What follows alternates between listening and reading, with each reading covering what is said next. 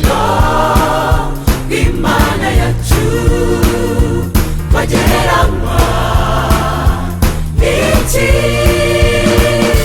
Ijuru n'isi baruririmbe kugeza iteka ryose.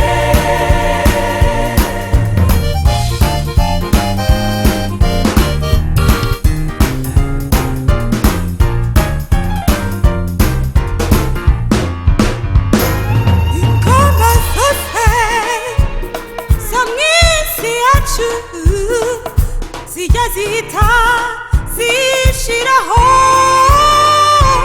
abangimana nibayisenge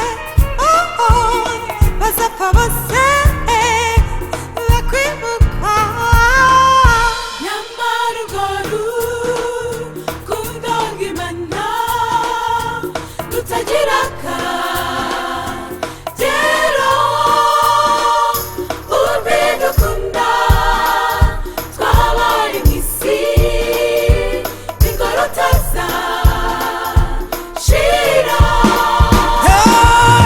Inyanja zose zabanga wino, ijuru rikaba impapuro, ibyatsi nabyo bakabigira dusuducumu tw'abanditsi, ab'isi bose bakandika iby'urukundo rwayo. Ibyatsi nabyo bakabigira dusuducumu tw'abanditsi, ab'isi bose bakandika iby'urukundo rwayo. Imana ntibyakwirwaho hakaba inyanja ariyo.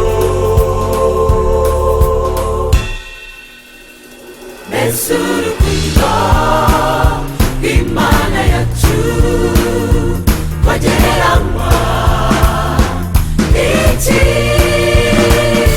Ijuru n'isi baruririmbe kugeza iteka ryose.